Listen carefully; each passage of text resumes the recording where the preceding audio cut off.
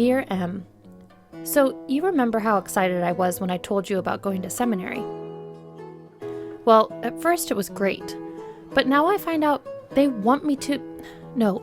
make me take a history course, actually 2 history courses. And you wouldn't believe all the readings I'm supposed to do. It's like an impossible amount of reading. You know I've never been excited about history. Lots of stuff written by and about white men, mostly. Stuff that's hard to tell how it relates to anything people care about or need or know about now. Still, I guess if you're wanting to serve in a religious context, it makes sense to know something about the background, I guess. So, I'm not exactly sure what the point of all this will be, but here's what the seminary has in its official language about learning historical stuff. Students will learn to become skillful interpreters of the history of Christian experience. That's actually called a strategic learning outcome. I guess that's like a statement of what the professors hope students will get out of the program here.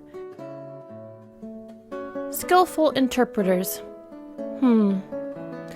Does that mean they want us to do more than just learn a bunch of facts? That they hope that we can learn how to think and make sense of the history of religion and Christianity for ourselves? Interesting. Okay, so there's more. I found this rubric, I love rubrics, where someone spelled out what becoming a skillful interpreter might look like. There's basically 4 points, things they're going for as we study theology and religious cultures historically. The first one is kind of general, the big picture. Like, we're supposed to get a sense for Christianity across time, from the beginning until right now. And not just in Europe or America or as written by straight cis white males.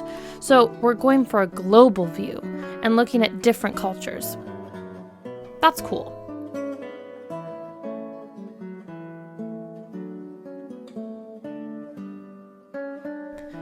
The second point kind of doubles down on the diversity angle.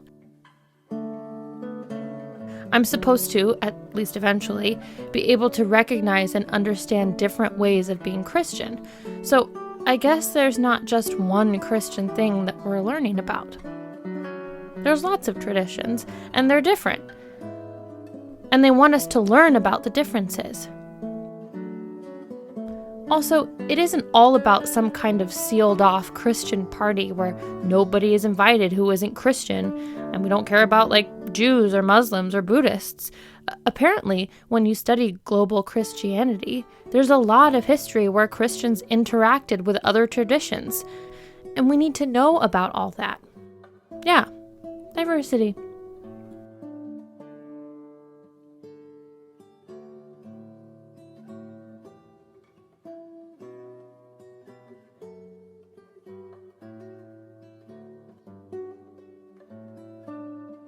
Okay, so the next 2 are about critical thinking. You know how professors like to talk about critical thinking a lot.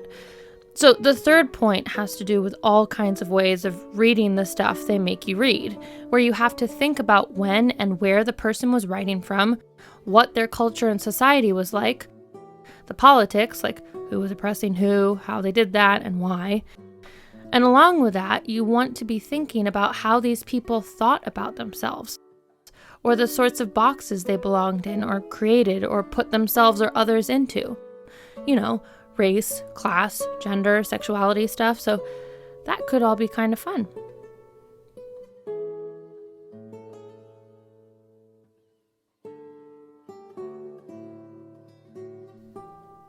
And then the last point is actually kind of cool because it's history isn't just about the past, It's you can sometimes see that stuff in the past relates to stuff that's going on today. So they want you to think about connections, connecting what we're learning about these historical traditions in the past to stuff that's going on later or even right now. And that could be really, really fun. We'll see.